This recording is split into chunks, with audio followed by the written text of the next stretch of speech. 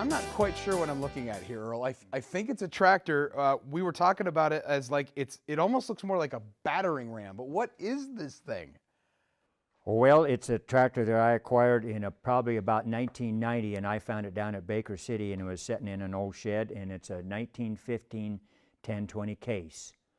So this is 101 years old. Yes, it is. How close is this to the original condition, would you say? I mean, how much restoration did you do on it? Well, a lot, because it was tore down to the rivets on the frame, and so it was all in pieces, and it had been in pieces for 40 or 50 years. I just had to lay the stuff out on a piece of plywood, like about 6 or 8 pieces of plywood, all these miscellaneous parts, and then I just had to start putting it together, and then I had to look over here and see what parts you had left? And then I had to find a home for them. Yeah. I said, well, you know, this has got to be part of the transmission, or this got to be part of such and such. Yeah. You need to take it back apart and find a home for that part that's laying there on the floor. I now know I'm looking at a tractor. How many of these are there in the country? There's two. There's two. Two? Two.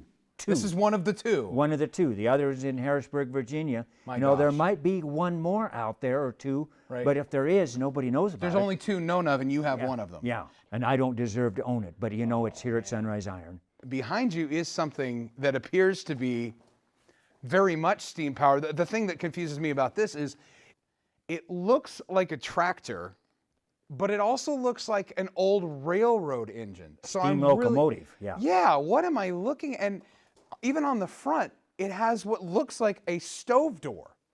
This looks like it has a stove door on the front. It's got to be some. What is this? So it's a steam engine, and it's about a 1914. It was about a 10 or 12 year negotiation to get this from the family, and of course it didn't look like this when I got it because it needed a lot of tender loving care. I would imagine you've put a lot of tender loving care into this. Okay, so here's what I'm curious about this. Let's walk around here, because I want to know where on earth.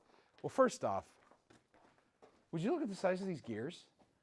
And the condition of them gears. Look how huge, and those gears are what's driving the giant steel or iron wheel, Yeah. right? Uh-huh. Those are huge. Where did you stand on this thing?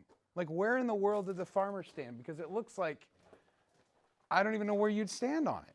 I've stood up there, so you get up there, and then you can share what you're... Here? Yeah, right there. You can share with... How would you see anything? Yeah. All right, I'll try, but Yeah, and then you can share something.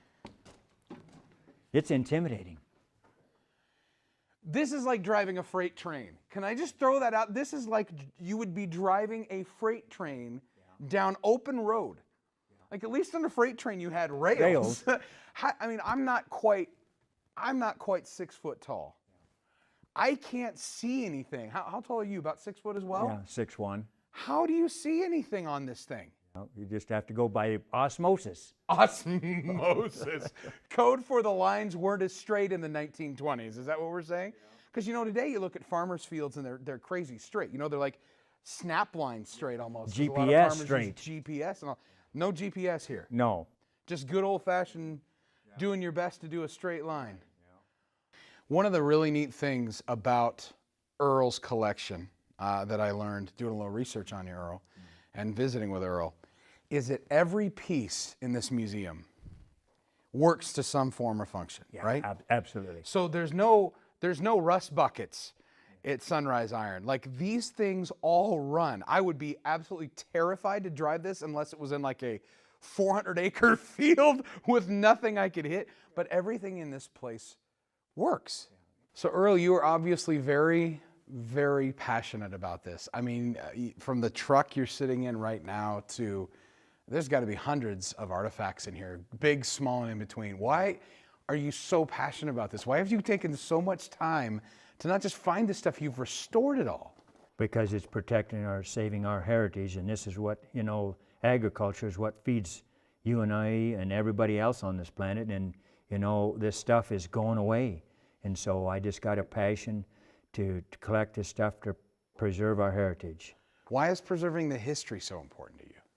Well, just because, you know, a lot of this stuff is 100 years old, and if it's out in the elements, why, every day that it's out in the elements, it's one day closer to being non-restorable, and pretty soon Mother Nature will take it away from you. So if somebody doesn't show some interest and try to preserve this stuff, why, it disappears off the planet, and then there's no recorded history of You know, how did we raise food back in the 16th, 17th, 18th century? How did we get here?